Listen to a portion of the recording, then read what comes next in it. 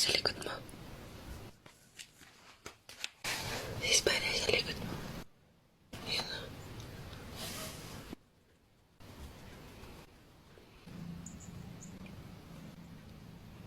May spider sa likod mo.